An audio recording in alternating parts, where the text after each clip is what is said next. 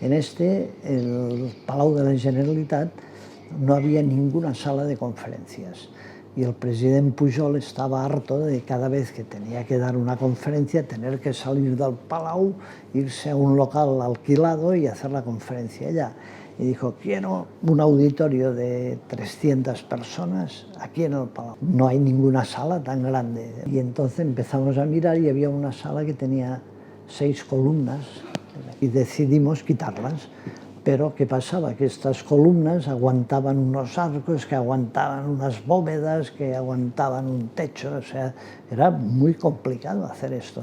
Para grabarlo, todo lo que se ve arriba era de Puig i Cadafalch, que es otro arquitecto de patrimonio que estaba protegido completamente y no lo podíamos tocar.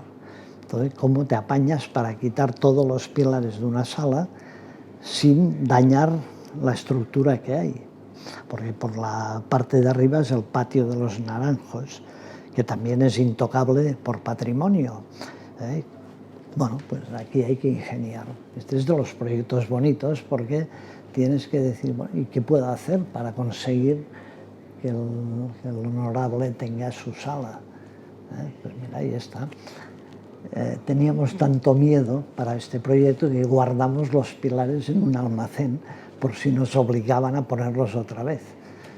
Pero tuvimos la santa suerte de que ganó un premio de rehabilitación nacional y entonces no se atrevieron a hacerlos volver a poner.